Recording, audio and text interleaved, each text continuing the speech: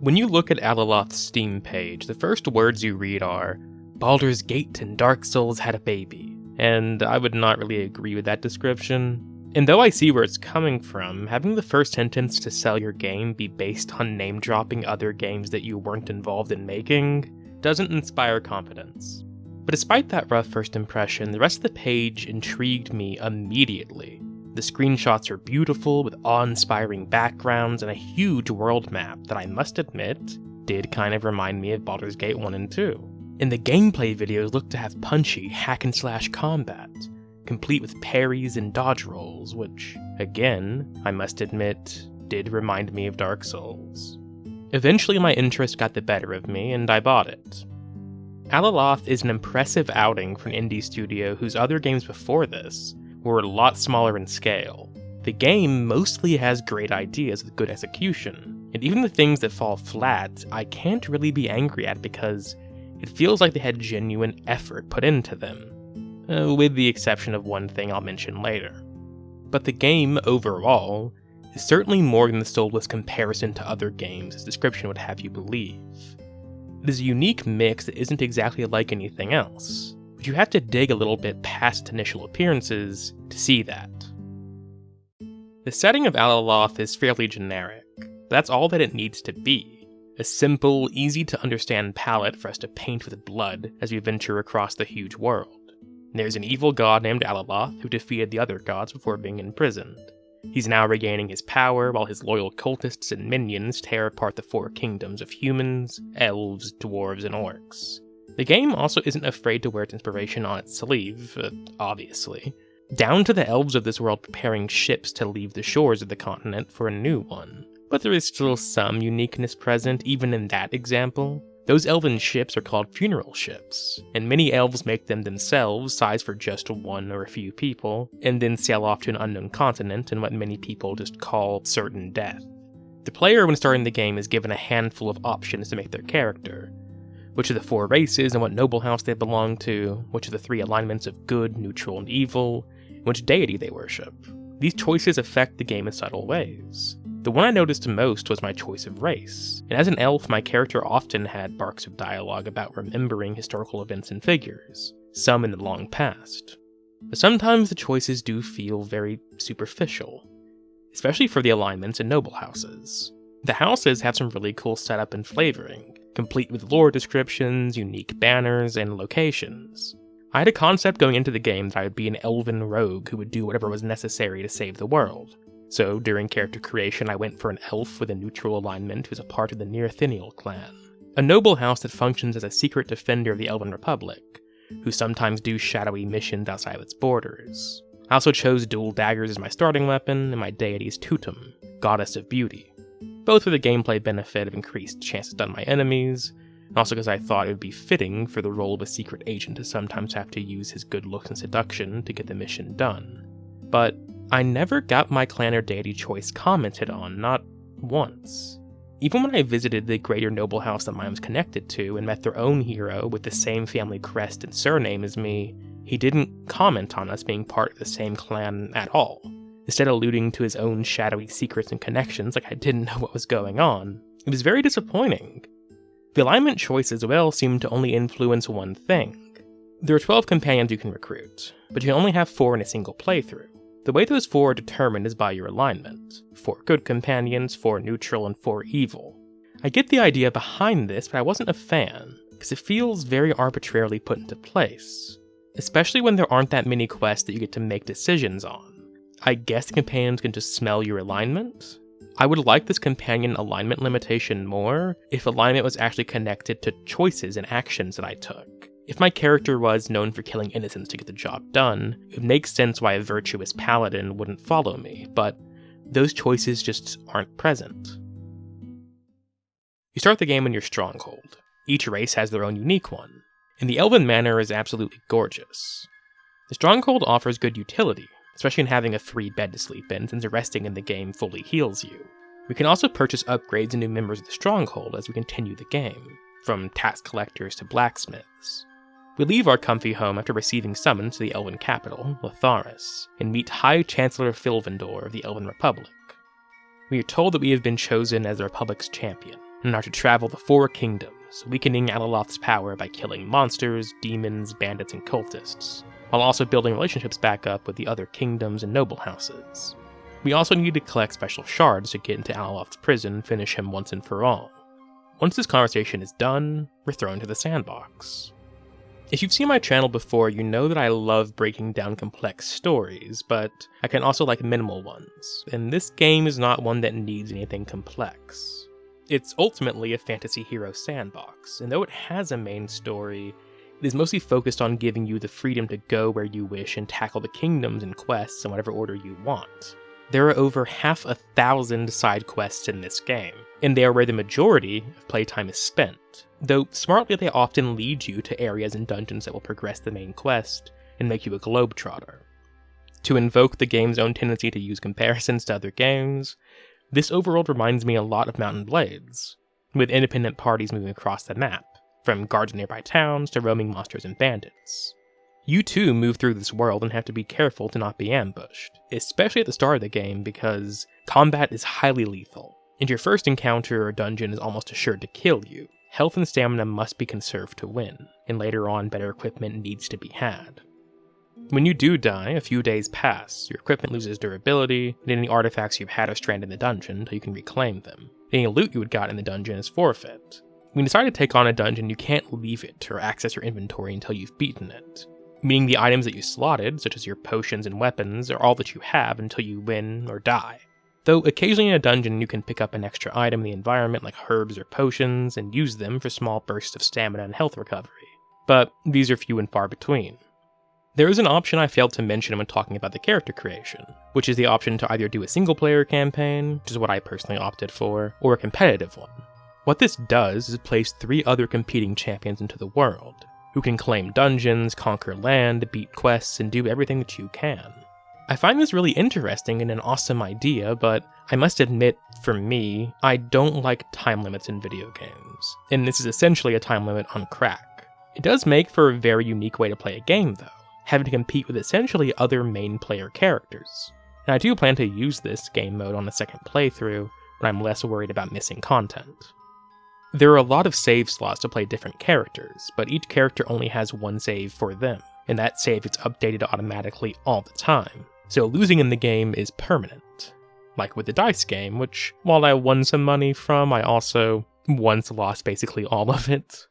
Some quests can also be failed. I was a little annoyed at first since quests being timed or not seems really random, but ultimately I only failed 4 or 5 quests in the game, and this game has hundreds of them. It was still rough to lose possible rewards, especially if I had otherwise won the quest but then died and lost the item, or had too much time pass, but I like loss in RPGs and the dynamic stories that they can cause. Occasionally messing up and being punished makes it so that when you reach the peaks of victory again, they're all more fun and rewarding. On the map, there are dozens of cities, each allied to one of the kingdoms, as well as neutral points of interest which can hold resources, unique NPCs, possible companions, quest lines, lore drops, and more. There are also places referred to as fighting areas, though I'm just going to call them dungeons because that's what they are. These dungeons are your main progression and are required for both the main story and leveling up. And the special main quest items that you need to find are randomly placed in dungeons throughout the 4 kingdoms. When you beat these dungeons, you gain a fame level, XP, and claim it for the kingdom, lessening Alaloth's influence. I love this, the feeling that every fight, every enemy killed, every piece of land claimed is an important piece on the playing board. That's why things like Mountain Blade, Total War, and Viking Battle for Asgard really click for me. Having that feeling of importance in your actions, even the routine ones, is great. When you level up, you either get a simple stat increase or points to put into various skill trees and abilities. From ones that simply increase your carrying weight and traveling time, to increased chance to cause negative effects during combat, to doing special attacks with your weapons like a flurry of quick stabs or spinning a greatsword, to throwing bolts of magic, calling down meteors, and summoning undead thralls to fight for you. The sheer amount of builds is impressive. You're also rewarded for using your abilities by getting an ultimate perk once you've used a skill tree enough. For instance, the first ability I got in the game was the basic heal in the cleric skill tree, and though I never got another cleric spell, I had used healing so much that I became proficient enough to track down a cleric trainer who gave me the cleric's apex ability, which once a combat automatically begins healing me when my health drops too low. It's a very good feeling to be rewarded for using abilities and also being able to experiment. nothing stopped me from using cleric's abilities alongside necromantic ones. Alaloth's combat in general is fantastic. It has some serious weight to its weapons, and each weapon's movesets feel distinctly different, even within their own larger classifications. Like dual wielding. Dual wielding 2 daggers feels fast, at the cost of power and reach, whereas a sword and dagger is a nice mix of reach and power, but noticeably slower. And the hammer and dagger feels heavy and powerful, but slow and short. There are also just a lot of different weapon types, from offerings like a great sword and battle axe to a spear, halberd, and quarterstaff. In combat, you can also block, dodge, and if you time it correctly, parry, stunning an enemy and hitting them back. Successful dodges and blocks also cause benefits like critical hits or getting HP recovery after correctly timing them. The combat does suffer a little bit though. The game's graphical style is absolutely trying to emulate a CRPG, with huge areas and small-sized characters and gorgeous environments. But in CRPGs you typically have turn-based combat, or real-time with pause. Things where tactics still matter, but not necessarily time-sensitive quick-on-the-draw reactions. Whereas here you're relying a lot on precise timing, with your attacks, spells, blocks, dodges, and parries, all of which have to be done very carefully. And when the enemy sprites are this tiny, and oftentimes blend into the background or each other, you just can't make much out. This is aided a bit with an option in the menu to add a red highlight to enemies, an option I discovered only like 15 hours into the game, but even with this turned on, they're still pretty hard to see. And if you add spell effects, which I must admit are gorgeous, but nevertheless distracting, it makes for a game that though it prioritizes concise, timed combat just becomes a visual mess. I don't know if I've ever seen something like this in a game, where both halves of the gameplay equation are great, the backgrounds in the game are beautiful, and the combat is fun and weighty. But when they're mixed together, with a zoomed out camera, they clash harshly. Both great aspects of the game, they're somehow at odds with one another. The world has a lot of written descriptions and flavor text. There are many NPCs that exist solely as conduits to exposit lore. I'm fine with this, and I even like that it marks the NPCs who can be spoken to, who give that lore, so they can be picked out from the many filler NPCs and even the quest givers. For those who want a lot of unique locations complete with backstories, this is a good game for that. But for my largest complaint of the video, there's a terrible voiceover that plays at every new location. I get the idea of it. It's meant to emulate the classic Baldur's Gate 1 and 2 narration, with a relaxing, deep voice narrator to set the mood. But the quality of the voiceover just isn't good. Strangers still this town. Elves act as dwarves, and isolation is key to their odd but endearing customs. Strangers steal this town. The way that sentence is said is just not how most people would perform it. I'm pretty sure that there is no AI used anywhere else in the game, especially not the writing, because the credits include a list of writers, one of which is Chris Avellone of Fallout and Planescape fame. And some of these descriptions contain what look like human errors in grammar and spelling, but I really hope that this isn't text-to-speech. But regardless of if it's AI or not, it drags down the quality of the game. You could have the best description in the world, but when it's performed this strangely, it's far worse than just reading it in your mind. The Steam page doesn't have an AI disclaimer, so I will trust that for now, but I would feel strange to not mention this due to how bad it sounds. Call me a Luddite if you will, but I just don't like AI being used in the art that I interact with. And even if everything around it is made by humans, it just lowers the quality and soul of the work. Despite the occasional gameplay blunder, and also the ugly player character models and bad voiceover, this game is absolutely stunning. It is very unique to have this visual style with ARPG style combat. The cities especially are something special. I mean, just look at them. In general, I'm a fan of cities and hubs in video games, and this game has an insane amount of them. Each with unique layouts and landmarks with unique models, and each different kingdoms have different architecture styles, as well as biomes with some interesting mixes. These locations are probably my favorite thing about the game. They are a visual treat for fantasy nerds like myself. I expected at first the layouts to be copied and just have the same building assets rearranged, Skyrim style, but there's actually a huge amount of unique assets. From an orcish city founded by ex-slaves that have a giant statue of an orc breaking his chains, to a dwarven city famous for its constantly ascending stairs that had broken many sieges. There's so much detail in life. Seeing guards on horseback trotting around the streets of a city for the first time amazed me, since I assumed the world was static. There's also a day and night cycle, changing the overall feeling of the cities and also switching around the NPCs, many only being available during the day or night respectively. This extends to quests too, and to fully get all the city or point of interest offerings and content, you need to visit them during both times of day. It may sound small, but many ARPGs have everything in a settlement be static. The dungeons too are very memorable. They range from small with only a few turns, to sprawling with various side passages. They too are great looking and unique from zone to zone. And I know I keep saying it, but the variety is insane. Some of them are almost so pretty that they're disarming. The amount of enemies is also quite fantastic. From goblins to dark elves and humongous giants, to golems, weird bugs, and forest spirits. And having bosses in a game actually occasionally kill me and my party is welcomed. I want to have the satisfaction of a victory after suffering defeat. But the combat is limited to only the dungeons and overworld encounters. I would have loved for some of the city-focused quests to actually take place in the city. And I mean, some quests do, but they're limited to just dialogue. Having to fight a group of bandits in an alleyway of a sketchy orc city, or be ambushed by former inquisitors in an elven city harboring traitors would have been great experiences. But as it is, the combat really only occurs when you want it to.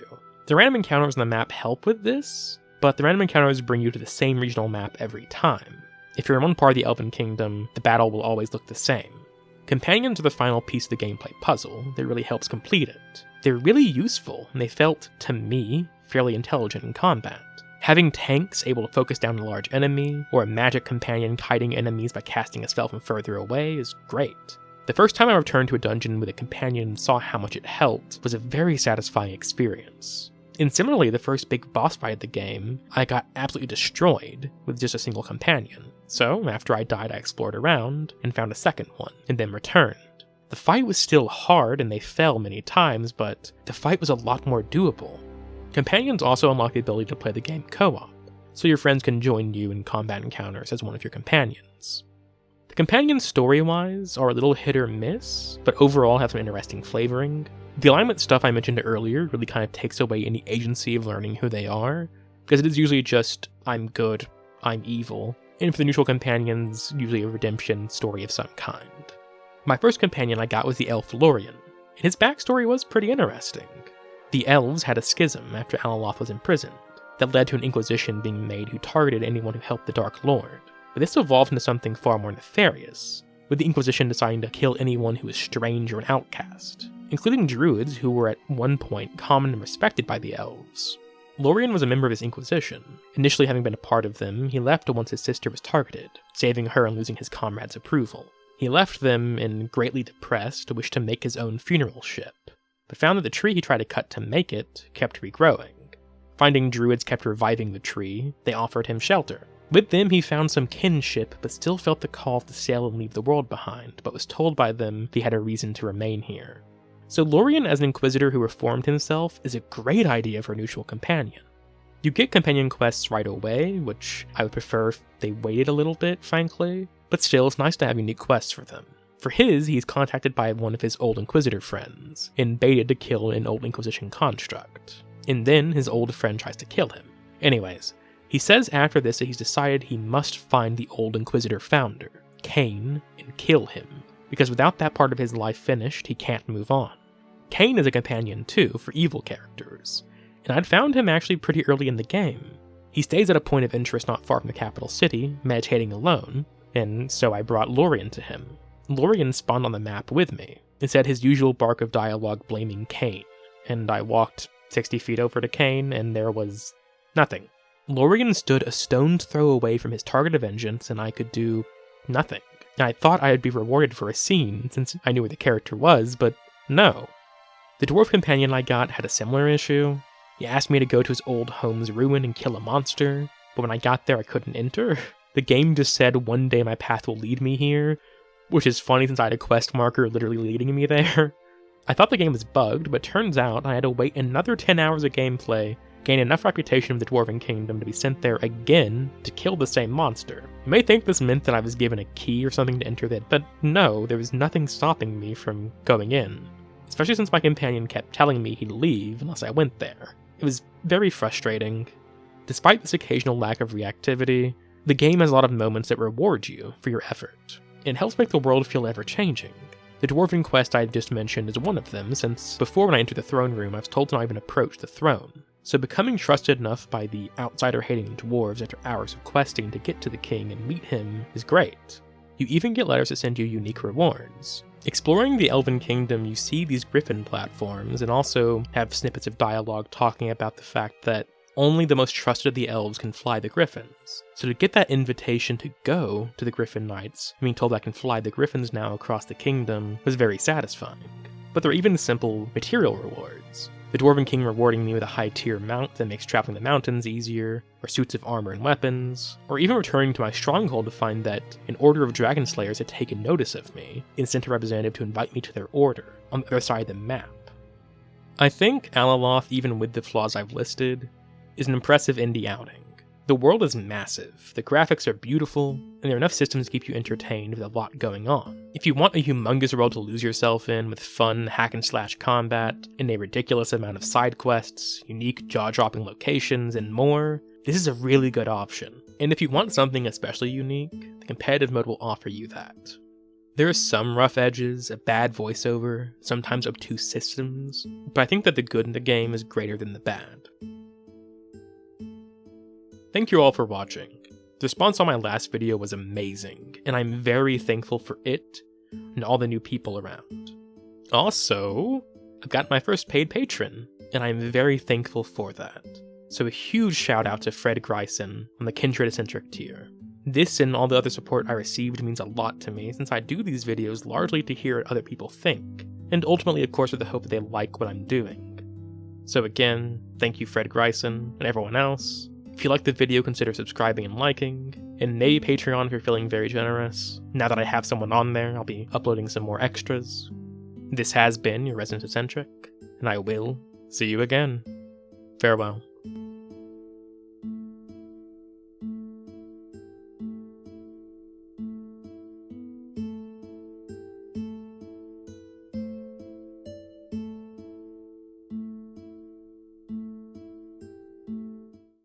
A little bird told me that you've been asking around town about a resident eccentric. I'd like to know why.